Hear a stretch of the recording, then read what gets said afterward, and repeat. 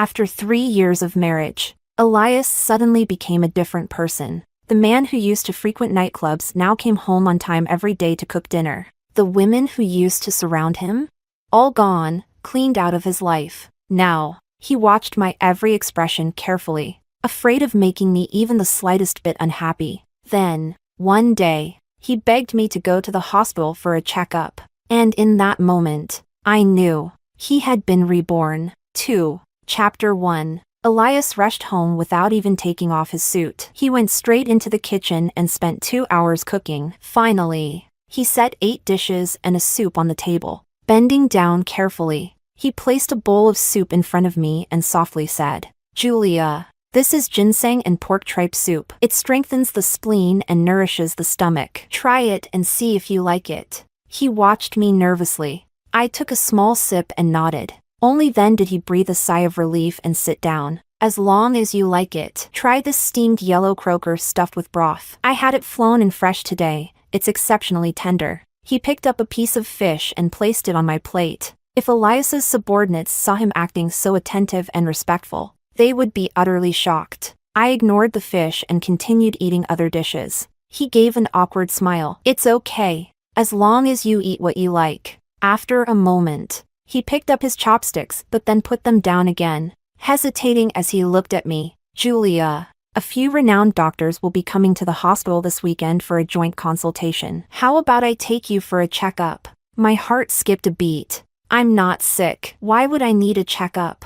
Are you hoping I am?" He panicked. "Julia, that's not what I meant. I should have taken you for a checkup a long time ago." I looked at him coldly and asked, "Elias, why are you suddenly so concerned about me?" He was stunned. After a long silence, he finally said, "You're my wife. Isn't it natural for me to care about you?" After speaking, he guiltily lowered his head and continued eating. He didn't need to say it. I already knew the reason. Because he had been reborn too. Chapter 2. A month ago, Elias changed completely. He used to spend every night drinking at bars, constantly making tabloid headlines with scandals involving celebrities under his company. When he came home in the middle of the night, he would deliberately wake me up and lash out at me. I knew he was testing me, waiting for me to surrender and beg for his affection. But I refused, because I was his wife, not a toy he bought to amuse himself. So, he pushed even harder. But one day, something changed. No matter how much his friends called him out, he never set foot in a bar again. Every day, he came home at exactly 5 o'clock to cook dinner. Every meal was a feast, 8 dishes and a soup. On weekends, he spent his free time curled up at home, studying cookbooks. The once notorious Elias, a staple in entertainment headlines, suddenly became a man of discipline and restraint. People speculated, had he been possessed? Only I knew the truth. When he thought I wasn't looking, his eyes lingered on me with an insatiable, almost desperate hunger, as if I might disappear at any moment. At night, while I slept, he secretly held me in his arms, stroking my hair, murmuring my name over and over again. When I stared at our wedding photo in a daze, he would turn his face away and discreetly wipe away his tears. I had a suspicion, but it was too absurd to believe, until tonight, when he suggested taking me for a checkup at dinner. That's when I knew for sure he had been reborn too. In our past life, I had wasted away in a hospital bed. He knelt by my side, apologizing over and over, begging me not to leave. But it was too late. The cancer had spread. Even the world's top doctors couldn't save me. In the end, I closed my eyes for the last time in his arms, his tears streaming down my face. I never expected that when I opened my eyes again, I would be back, 2 years earlier, back to when I hadn't completely lost hope in Elias. And what I least expected was that he had come back too. Chapter 3. After dinner, I agreed to Elias's proposal, not for him, but for myself. Fate had given me a second chance, and I wouldn't waste it. Elias was overjoyed. He immediately called his assistant to arrange everything. As I ate the freshly washed fruit he prepared, memories from my past life surfaced. I had only gone to the hospital when my illness had become severe. By then, it had progressed to late-stage stomach cancer, and the medical bills were astronomical. When I tried to pay at the hospital, I discovered that Elias had already frozen my credit cards. I called him, and on the other end of the line, I heard obscene, breathless sounds, panting. He asked, "So now you're finally willing to spend my money?" I told him I was dying and needed to pay for surgery. He burst into laughter, mocking me for making such a ridiculous lie. "Julia, if you want to beg, at least do it properly. With that arrogant attitude, why should I spend money on you, Zoe? Don't you think so?" "Ah, Elias, stop. You're too rough. Already complaining? My precious. We're just getting started." A wave of nausea surged in my stomach. The moment I hung up, I coughed up a mouthful of blood, a crimson stain blooming on the pristine hospital floor. Cough, cough. "What's wrong, Julia? Did the fruit get stuck?"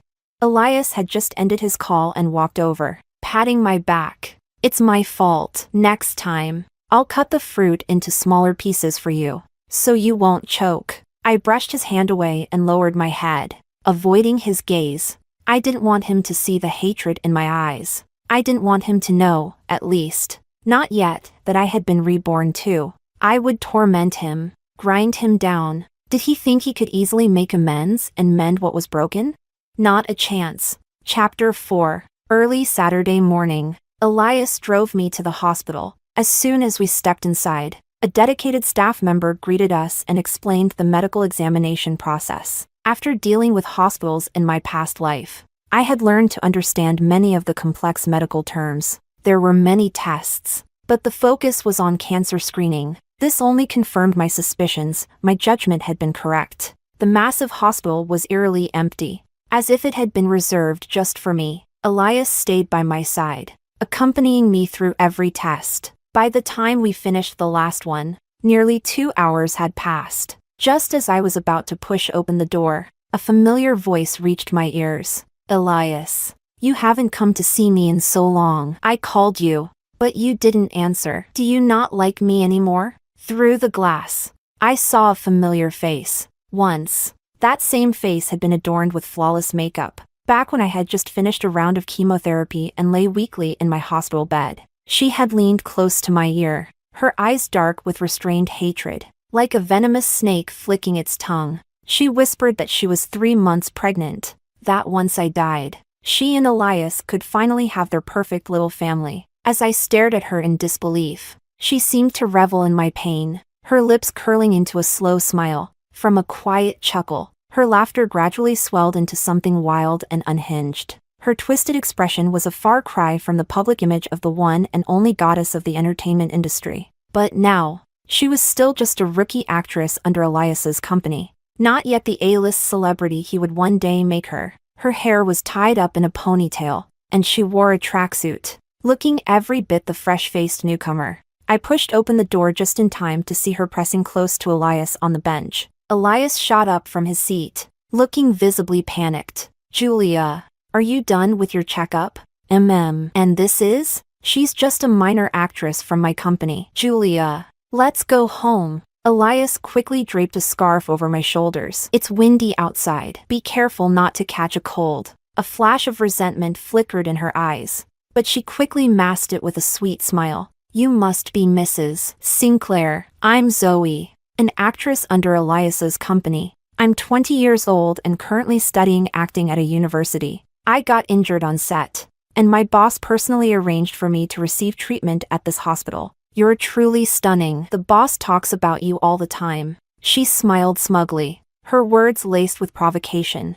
I responded with a gentle smile but said nothing. Elias watched me nervously. "Julia, let me explain." I cut him off. "Miss Zoe, please continue your treatment. We'll be heading home now." Chapter 5. On the way back, Elias kept stealing careful glances at me while driving. Noticing his hesitation, I said, "If you have something to say, just say it. Holding it in might make you sick, and then you'd need treatment." He opened his mouth, hesitated for a moment, then cautiously said, "Julia, there's nothing between me and her. We've only met a few times at company events. I promise I won't have any contact with her in the future, and I won't let anyone interfere in our relationship." I let out a cold laugh. Hearing these words come from Elias was truly amusing. He grew anxious. Julia, you have to believe me. Words mean nothing. Why should I trust you? Julia, tell me what I need to do to make you believe me. I'll do whatever you say. I thought for a moment. I want to join your company's entertainment department as a director. After all, half of the company belongs to me, doesn't it? He was momentarily stunned. Then, to my surprise, he smiled, an expression of genuine delight. From my angle in the passenger seat, I could see the way his brows relaxed, and the faint dimple on his right cheek surfaced. Yes, you're my wife. Of course. Half of my company belongs to you. Julia, I never thought you'd be willing to work at my company. All right then, I'll have HR arrange it right away. You can start next week. I'll have Monica assist you. She's a veteran in the entertainment department. If you have any questions, you can ask her. Of course. You can also ask me anytime. He beamed with excitement and immediately called HR to make the arrangements. I couldn't help but wonder, what kind of expression would Zoe have when she realized that I was now her direct superior?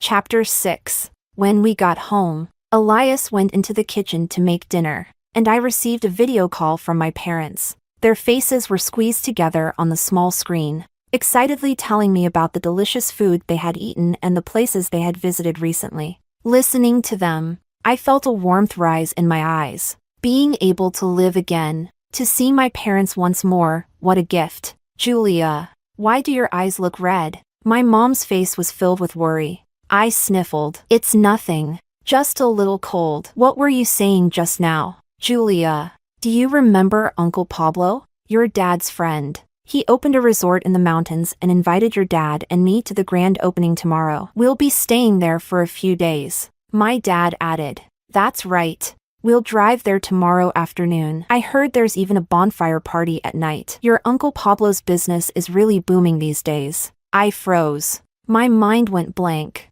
like I had just been struck by lightning. A resort in the mountains. In my past life, my parents had died in a landslide on the way to that very resort. Their bodies were never found. I had been left alone in this world to suffer endless torment. Could the same tragedy be happening again in this life?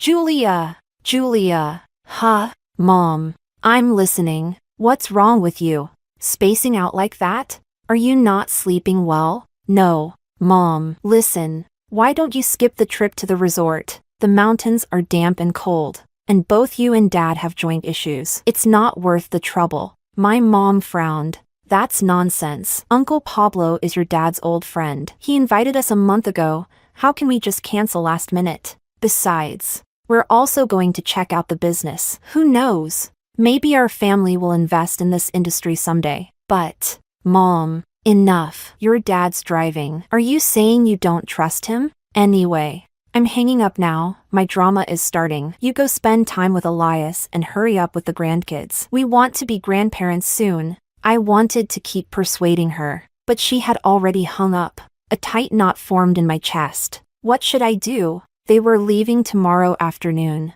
Knowing my mom, she was probably already packing their bags tonight. How could I stop them? If I told them I had been reborn, Mom would probably send me straight to a psychiatric hospital. I sat on the bed, my mind spinning so fast it hurt. Elias pushed the door open. Julia, dinner is ready. Come eat. He paused when he saw me sitting there, motionless. What's wrong? Do you feel unwell? I stared blankly for a moment before shaking my head. You haven't dried your hair yet? You'll get a headache. He walked over, took off my towel, and picked up the hairdryer to dry my hair. The warm air blew gently against my scalp, making me want to cry. I sniffled. I'm going out tomorrow. You don't need to come home at noon to cook for me. His hands stilled for a moment. All right. That night, as I lay in bed, I made up my mind. Tomorrow morning, I would go back home, no matter what it took. I would not let my parents drive into those mountains, even if they thought I was crazy. It was better than losing them again. With that thought, I slowly drifted off to sleep. Chapter 7. Sunlight flooded the room, signaling the start of a new day. For a few seconds, I lay there in a daze. Then, I bolted upright, grabbing my phone. I checked the time, 11 a.m. What the hell? Why didn't my alarm go off? I had no time to think about it. I threw on my clothes and rushed out of the house. Hailing the first cab I saw, I frantically gave the driver my parents' address. They lived in the east of the city, and from my current location, I had to cross the entire city to get there. By the time we reached downtown, it was the middle of the lunch hour rush. The traffic was a nightmare, cars stuck in place, barely moving. Minutes ticked by, and my anxiety skyrocketed. I leaned forward, my voice urgent. Driver, how much longer? He absent-mindedly tapped his fingers on the steering wheel. No idea. Look at this jam, been stuck here 5 minutes. Haven't moved an inch. I yanked out my phone and called my mom. The phone rang and rang, but no one answered. I tried my dad next, but his phone was turned off. My stomach dropped. Had they already left? Panicking, I called Elias, hoping he could ask someone to block my parents on the road. But instead of ringing, his phone displayed the number you dialed is currently on another call. Please try again later. I stared out at the unmoving traffic, my breath catching in my throat. Was I going to lose my parents again? Even with a second chance, was fate unchangeable? Just then, the driver shouted, "The road's clearing. Hold on tight, miss. I'll get you there as fast as I can." Chapter 8. The taxi sped through the streets, and after what felt like an eternity, I finally arrived home. The moment the door opened, I pushed past the person in front of me and rushed inside. The sight of my parents made my tears burst forth uncontrollably. Dad, Mom. I threw myself into my mother's arms, sobbing as if I wanted to pour out all the grievances I had suffered in my past life. What's wrong, Julia? What happened? I could barely catch my breath between sobs, unable to form a single coherent word. I. A familiar voice suddenly cut in, rescuing me from my struggle. Dad, Mom, Julia just missed you both. It's been too long since she's seen you. Silly girl, if you missed us, just come home. It's not like you don't know where we live. I lifted my head and saw Elias standing firmly in the middle of the living room, still wearing an apron. Elias didn't go to the office today. He insisted on coming over to cook for us. I hesitated before asking, "So, you're not going to Uncle Pablo's resort anymore?" My dad waved his hand dismissively. Nope. That guy Pablo heard that Elias was cooking and decided he'd rather come to our house for a free meal. He says his son-in-law's cooking is so bad that he'll probably never get to eat a proper meal in this lifetime. Elias chuckled and turned toward the kitchen. Dad, Mom, you chat with Julia. I'll finish up the meal. It'll be ready soon. All right. At the dining table, I gnawed on a pork rib while my mom praised Elias's cooking. After learning that he had been handling all my meals, she showered him with even more compliments. My dad then started talking about Uncle Pablo's son-in-law again, calling him an incompetent fool who had no career ambition and was constantly causing chaos at home. Compared to him, our son-in-law is much better. Elias's face turned redder and redder, but he proudly declared, "From now on, I'll bring Julia home every weekend and cook for you both." My parents were overjoyed, completely won over. They even started talking about how we should have a baby soon, so they could melt down their family's gold jewelry to make a longevity locket for their grandchild. Elias happily agreed, but at the mention of a baby, I froze. A child, even after living 2 lives. That was still an unfamiliar concept to me. Chapter 9. After lunch, Elias played chess with my dad while I watched TV dramas with my mom. The warm afternoon sunlight filtered in just right. As dinner time approached, the TV suddenly interrupted its programming with a breaking news report. A sudden landslide has occurred at Qing Mountain. Several private vehicles have been buried, and multiple people are trapped. Rescue operations are currently underway. The news anchor's voice echoed through the room, each word striking my heart like a hammer. Oh my, isn't that the mountain where your Uncle Pablo's resort is? Come look! My mom called out anxiously. My dad hurried over. What's wrong? Look! Isn't this where Pablo's resort is? Qing Mountain. My dad's face instantly turned pale. Clutching his chest, he collapsed onto the sofa. Julia, get your dad's medicine. My mom frantically rubbed my dad's back, trying to calm him down. I quickly grabbed the pills from the coffee table and handed them to him. After a while, he finally regained his breath. Elias immediately called for a private doctor. Once my dad was checked and cleared of any serious issues, Elias helped him to bed to rest. My mom held me tightly, her hands trembling as she murmured in shock, "Julia, thank goodness you and Elias came today.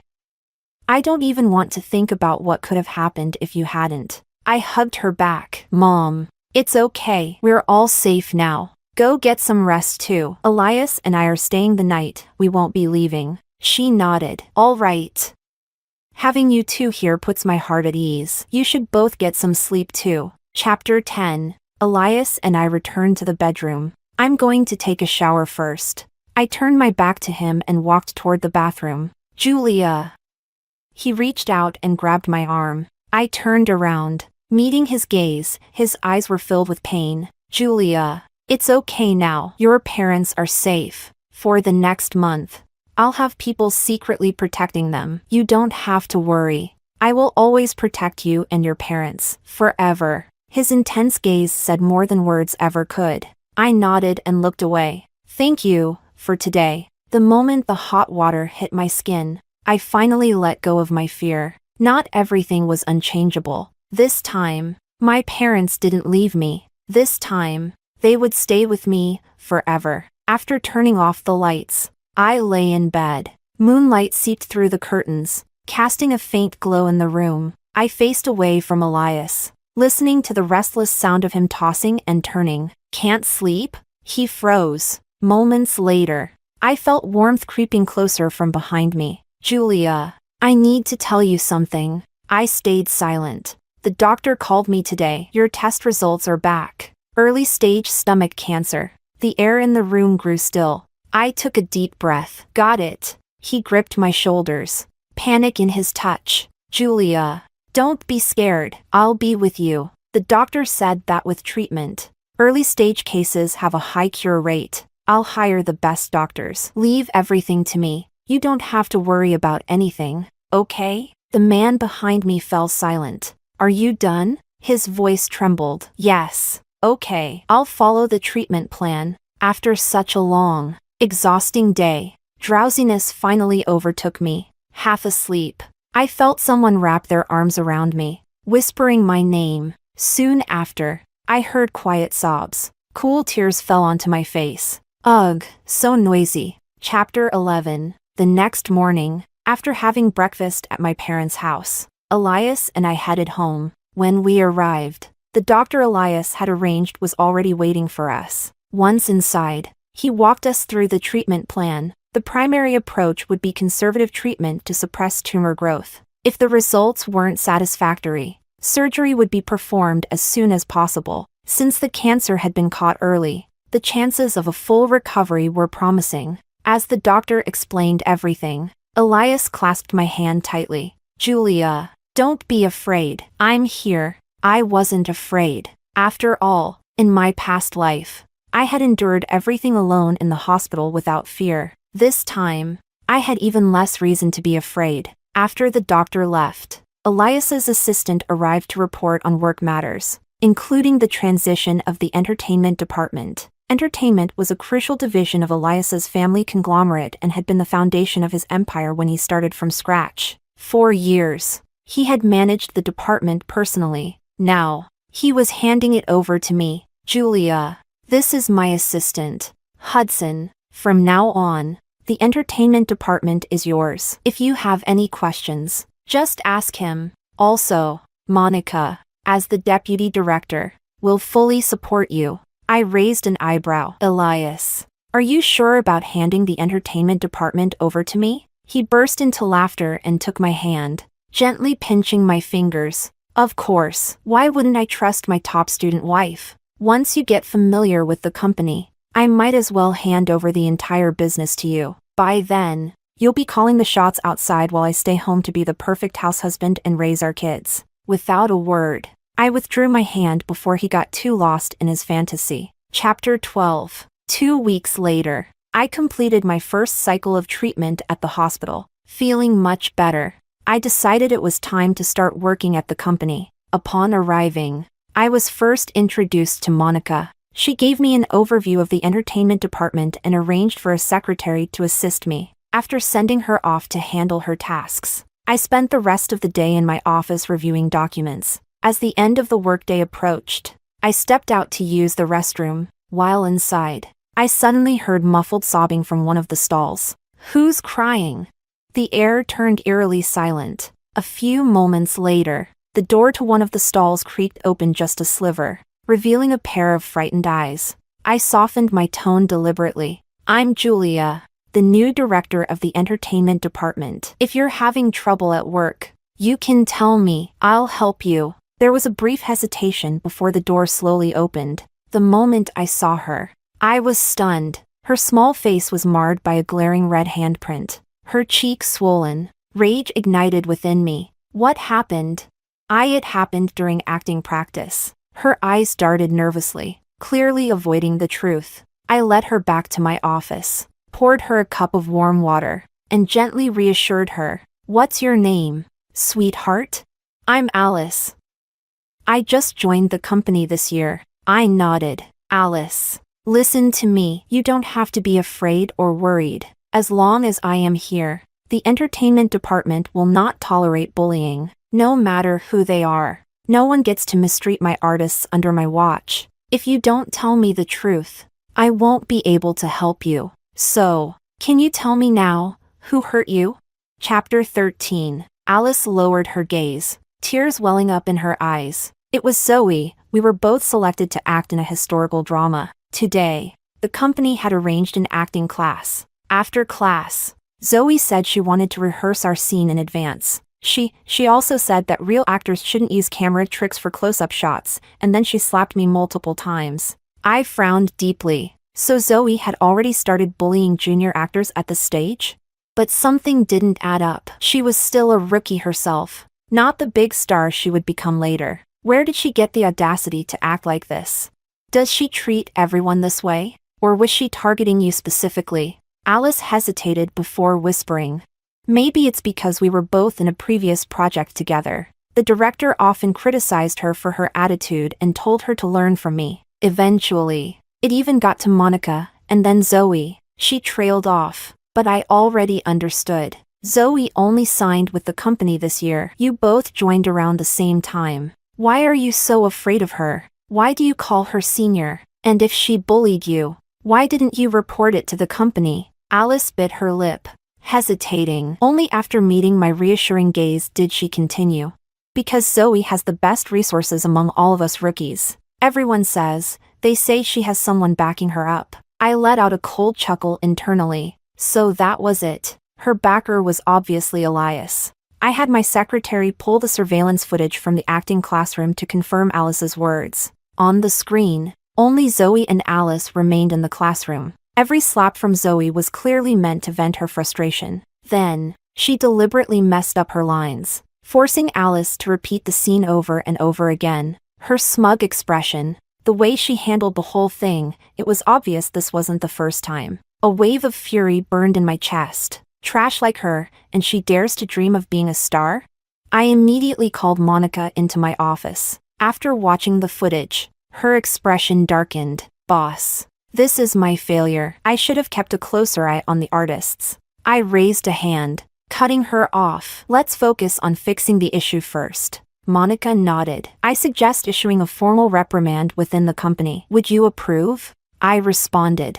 A reprimand alone isn't enough, since she's been given top-tier resources until now. Let's see how she fares without them. Negotiate with the production team. Alice will take the lead role in the drama. As for the role Alice was originally cast in, give it to Zoe. She's been the star long enough. It's time she learns how to play a supporting role. Alice broke down in tears, thanking me over and over. I smiled. Work hard. People who are serious about their craft deserve a chance. Chapter 14. What I didn't expect was that the next day at work, Zoe caused a scene at the company. Why the hell did you replace me? Do you even know who gave me the lead role? How dare you mess with me? Do you know who's backing me? Who's the B*TCH that dared to do this to me? Step forward. Standing at the edge of the gathered crowd, I spoke slowly and deliberately.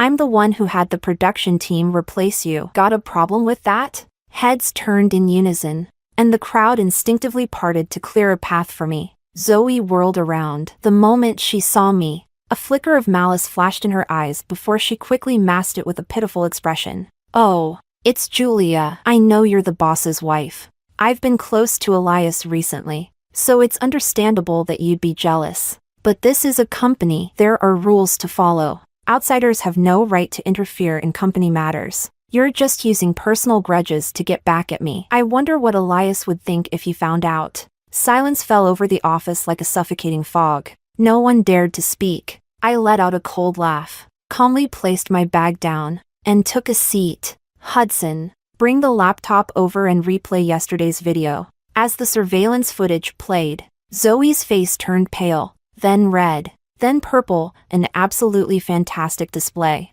I leaned back, my tone unhurried. First, I'm not an outsider. I'm the newly appointed director of the entertainment department. From now on, all matters, big and small, fall under my authority. Second, this isn't personal revenge. You're being punished because you broke company policy. The company has zero tolerance for bullying. Being an entertainer is just a profession. No one gets to abuse others just because they wear the title of a celebrity. And lastly, since you care so much about Elias, why don't I call him over and see what he thinks about all this? I pulled out my phone and dialed Elias. The call barely rang before he answered, his voice filled with warmth. Wifey, what made you think of calling me? Elias, come to the entertainment department now. All right, baby, I'm on my way. As I hung up, I heard someone in the crowd sharply inhale. Then, whispers broke out all around. No way, was that really Elias? Why did he sound so whipped? You don't get it. They're a legit married couple. It's normal for them to be sweet. So Elias is actually under his wife's control? Zoe's doomed now. Didn't people say Zoe had someone backing her? Some even claimed it was Elias himself. Shoo, don't spread rumors. Less than 2 minutes later, Elias strode into the entertainment department. Chapter 15. As Elias walked in, greetings of good morning, boss, echoed throughout the department. He stopped in front of me, his voice gentle. Wife, why did you call me here? Is something at work bothering you? I glanced around, enjoying the stunned expressions on everyone's faces. With a slight nod to my secretary, he immediately understood and began recounting everything that had just happened. Replaying the surveillance footage once more, Elias's expression darkened, breaking the silence. I turned to him. Miss Zoe speaks as if you two are old acquaintances. Now that you know what's going on, tell me, what do you think? His face was as stormy as a brewing tempest, his voice cold and firm. All matters in the entertainment department fall under Julia's authority. She has absolute power here. Everyone must comply with her decisions. Additionally, the company will not tolerate any form of bullying. If it happens again, the consequences will be severe. The room fell into a suffocating silence. No one dared to speak. Tears welled up in Zoe's eyes as she pouted, her voice trembling sweetly. I wasn't bullying Alice.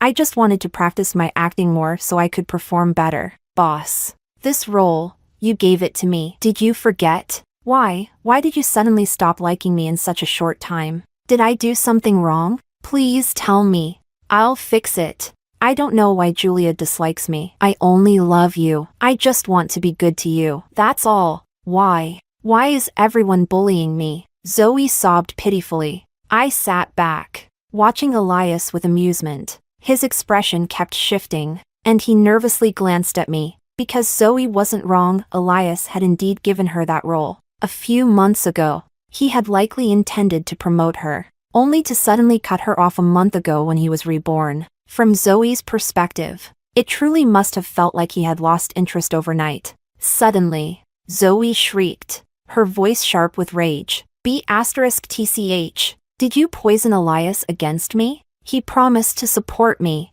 Why did you take my role? Why? Before I could react, she lunged at me. A shadowy blur rushed toward me, knocking me off my chair and sending me sprawling to the floor. My vision spun, my stomach twisting in pain. Elias ripped Zoe off me and threw her aside. Security rushed in and immediately restrained her. Elias knelt beside me, his voice laced with anger as he helped me up. Violence will never be tolerated in this company. Since you refuse to repent, the company has no choice but to terminate your contract. Find your own way elsewhere. Zoe was dragged away by security, screaming Elias's name the entire time. Elias pulled me into his arms, his voice filled with remorse. I'm sorry, Julia. I didn't protect you. I'm taking you to the hospital right now. Chapter 16. That same day, I was admitted to the hospital. My injuries weren't severe, but the doctor recommended surgery for my cancer. During the days leading up to the operation, Elias practically moved his entire office into my hospital room. He held meetings beside me, reviewed documents beside me, even discussed work beside me. I finally had enough. Elias, go back to the company. The doctors will handle the surgery. You're not needed here. He lifted his head and stared at me, completely shocked. Wife, you don't like me being here with you? Are you still mad at me? The company already terminated her contract, and from now on, she'll never get any resources from us again. If you don't believe me, I'll have Monica report it to you personally. I pressed down on his hand before he could send the message. I believe you. I believe you. Now, can you please just be quiet for a while? Chapter 17. On the day of the surgery, the sun was shining brightly, filling the hospital room with warmth. Elias paced back and forth, mumbling to himself. I thought back to my previous life,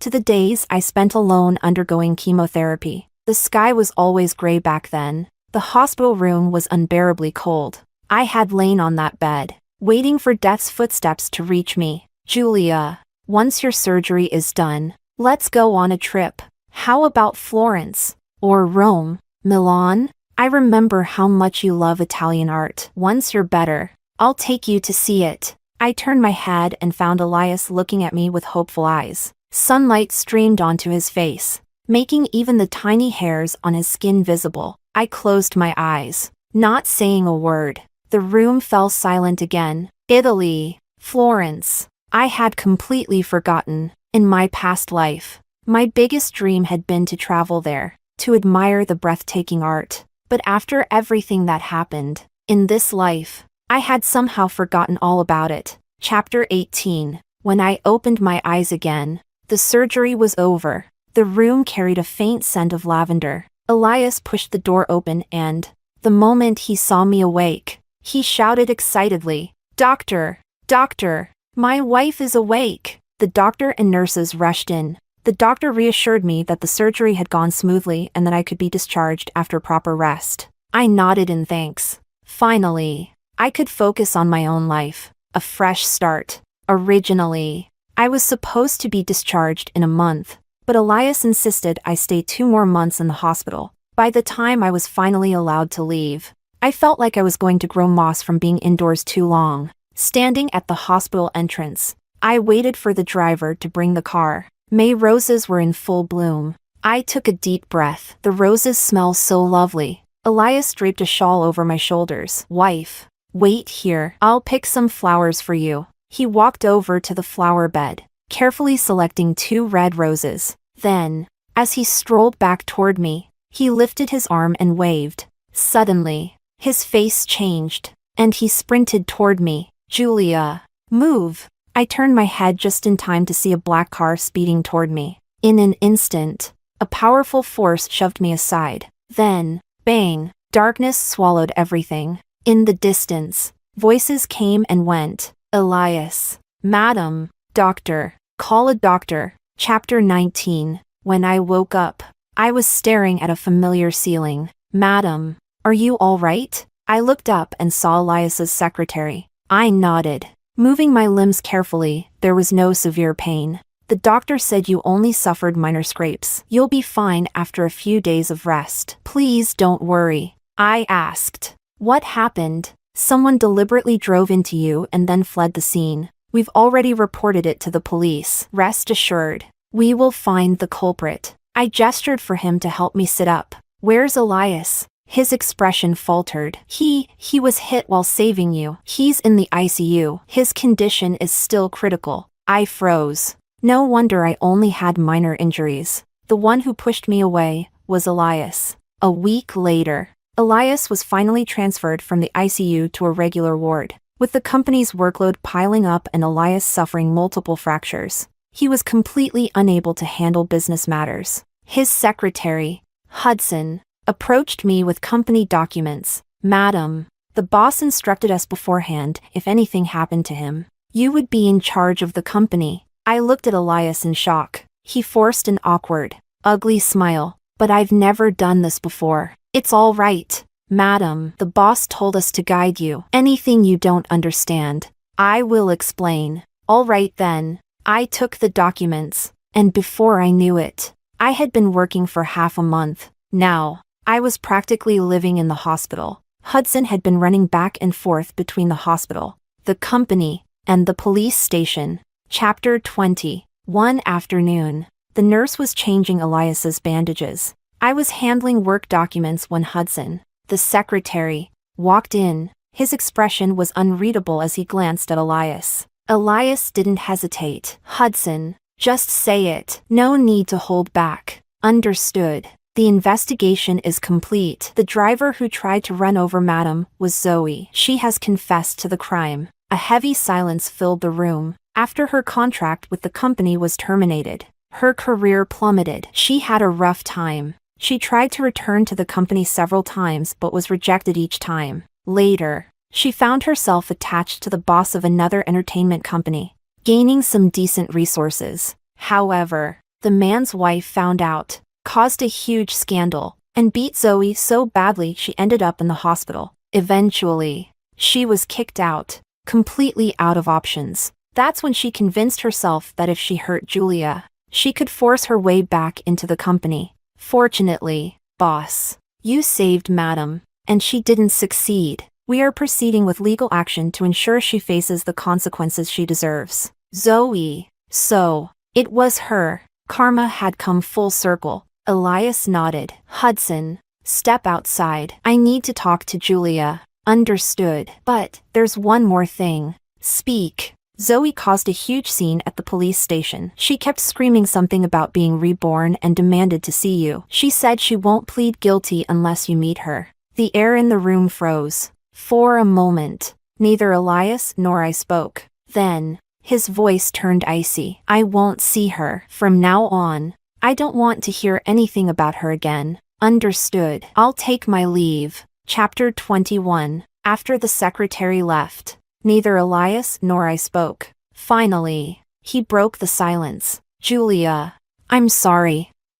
I dragged you into this. I'm just relieved that the one lying here isn't you. If something had happened to you, I wouldn't know how to atone for it." I stared at Elias, wrapped in bandages like a cocoon, and said nothing. "Julia, I know the pain I caused you in the past. Even if I lived 10 lifetimes, I could never make up for it. I'm willing to give you everything I have. All I ask is a sliver of pity, just enough to let me stay by your side and atone for my mistakes. Julia, please, take a look at this document." He weakly lifted his arm and pointed toward a folder on the table. I opened the envelope. Inside were 2 documents. One was a property transfer agreement, the other, a divorce agreement. I looked up at him, shocked. Elias had built his empire from nothing in both this life and the last. His career and wealth were the things he valued most. And now, he was willing to give it all up. He smiled weakly. "Julia, I had these contracts drafted the moment I woke up from surgery. I've already signed them. If you sign too, they take effect immediately. I voluntarily transfer all my assets to you, including my shares in the company. The other document is the divorce agreement. I will leave with nothing, and I will spend the rest of my life working for you, free of charge. I know this doesn't even begin to make up for what I did to you, but this is the most sincere gesture I can offer. I just want you to live a happy life this time." I carefully reviewed the documents. They were exactly as he described. After a moment of silence, I asked, "When did you realize I was reborn?" He flinched and lowered his gaze. "That day at your parents' house, when you ran in, terrified. I knew then, but I was too afraid to ask. I was scared you'd run away. I couldn't bear to lose you again. I'm sorry, for failing to protect you and your parents in the past. I picked up the pen and signed both documents. I accept all of this, but don't think you'll ever get my forgiveness. I can't pretend the past never happened. You want a fresh start? Forget it. I'll take the assets and shares, but you will remain CEO. This company is your creation. After all, besides, I have many things I want to do in this life. I don't have time to manage the company. Once you recover, I'm leaving. He struggled to sit up, panic flashing in his eyes. Wife, are you leaving me? Where will you go? I smiled and replied. To Italy, Florence, to finally see the art, the architecture, to walk its streets and meet its people. Maybe I'll travel elsewhere too. There are so many places in the world I haven't seen. His expression darkened as he sank back into the bed, whispering, then, maybe I should take longer to recover. This second chance at life wasn't given to me to stay entangled with someone. It was given to see the world, experience life, and find happiness, or perhaps, to find myself. Chapter 22. 1 year later. Florence. I stepped out of the academia gallery and sat on the steps of the square. Basking in the afternoon sun, my phone buzzed incessantly with notifications. All from Elias. Wife. I was so busy with work today that I didn't even have time to eat. Wife. It's been raining non-stop here. My leg is hurting again. Wife. The investors and board members were giving me a hard time today. Wife. Is Italy fun? When are you coming back? Wife. Next time. Let's go to the beach together, okay? I remember you love the ocean the most. I silenced the notifications and set my phone to mute. A cheer erupted from the crowd. I looked up. A couple dressed in a pristine white suit and wedding gown walked past, stirring excitement in the square. Voices from different languages carried warm blessings through the air. They looked like the happiest people in the world. Unconsciously, the corners of my lips lifted into a smile. In the distance, the sun began its descent. Florence, this sun-drenched city of blue skies, glowed with an unparalleled beauty under the golden hues of dusk. The grandeur of ancient Roman architecture stood in stunning contrast to the colorful stained glass windows, which reflected a mesmerizing glow. Majestic castles towered over the city, standing as timeless guardians of this mysterious and breathtaking land. White doves soared freely into the sky. Somewhere, the scent of grapes drifted through the air. Nightfall crept in, one light flickering on after another. Music began to fill the streets. My life was only just beginning.